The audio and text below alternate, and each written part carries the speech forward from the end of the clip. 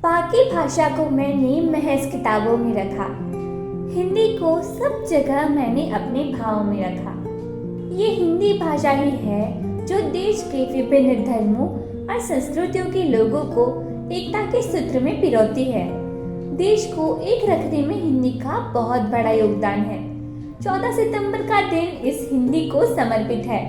मातृभाषा की उन्नति बिना किसी भी समाज की तरक्की संभव नहीं है तथा अपनी भाषा के ज्ञान के बिना मन की पीड़ा को दूर करना भी मुश्किल है। हिंदी के महत्व के मद्देनजर हर वर्ष 14 सितंबर के दिन देश में हिंदी दिवस मनाया जाता है।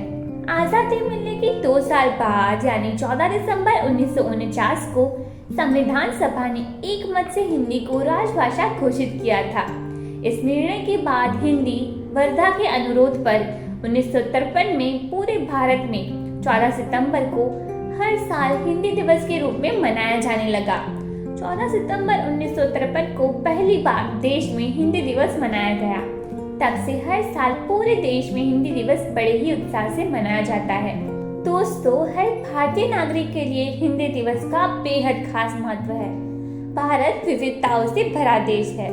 यहाँ अलग अलग धर्म व जाति के लोग रहते हैं।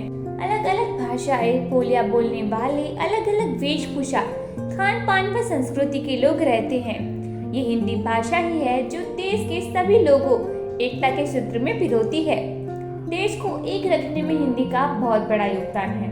हमारे देश की महान हस्तियां भी हिंदी को प्रोत्साहित करने के लिए पुरजोर समर्थन देती रहती है। राष्ट्रपिता महात्मा गांधी ने हिंदी को जनमानस की भाषा कहा था। डॉक्टर राजेंद्र प्रसाद ने कहा था कि जिस देश को अपनी भाषा और साहित्य का गौरव का अनुभव नहीं है वो उन्नत नहीं हो सकता। आचार्य विनोबा भावे ने कहा था कि मैं दुनिया की सभी भाषाओं की इज्जत करता हूँ, पर मेरे देश में हिंदी की इज्जत न हो ये मैं सह नहीं सकता। हिंदी ने हमें दुनिया भर में पहचान दिलाई है। इंग्लिश और मंदारिन के बाद हिंदी विश्व की तीसरी सबसे ज्यादा बोले जाने वाली भाषा है।